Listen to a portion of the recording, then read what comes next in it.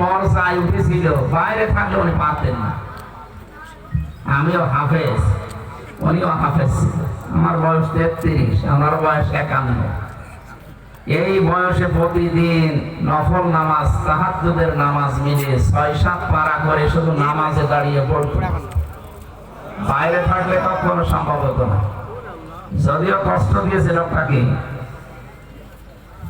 যোগাযোগ বিচ্ছিন্ন করি, আলাদা ভাবে কেয়ার নিত আমাদের দুইজনের। এই জন্য কষ্ট পেয়েছে কিন্তু লাভ হয়েছে আমাদের। আমার তো এখন মনে হচ্ছে ওখানে যেভাবে কোরআনে কারিমের উপরে সময় দিয়েছিলাম, এই প্রায় 4-5 মাস হয়ে গেল বের হয়েছি, যদি ওইভাবে আমি ধারাবাহিক রাখতে পারতাম, ওখানে আলেমদের সাহচর্য থেকে যেভাবে আমি জ্ঞান নিতে পারতাম, মাওলানা শাখাওয়াত হোসেন রাজিম, মিয়া গোলাম পরোয়ার, খুলনা,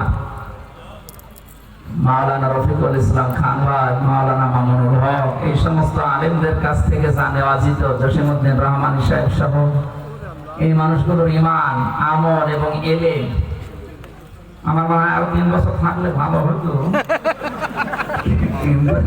কষ্ট হতো, কারণ শরীরে বহু রোগ বাসা বেঁধেছিল। 3টা বছরে কোনো চিকিৎসা পাইনি। তো যা পেয়েছিলাম অভাবে ইবাদত যদি চালিয়ে যেতে আমরা পারতাম, আমাদের জীবন আরো সফল হতো। এই জন্য জালেমরা চেয়েছিল এদের সব নষ্ট করে দিতে, আর আল্লাহ চেয়েছেন এই বন্দি ঘরের ভেতরে রেখে এদের মান উন্নয়ন করতে। এদের মান বেড়ে গেছে না?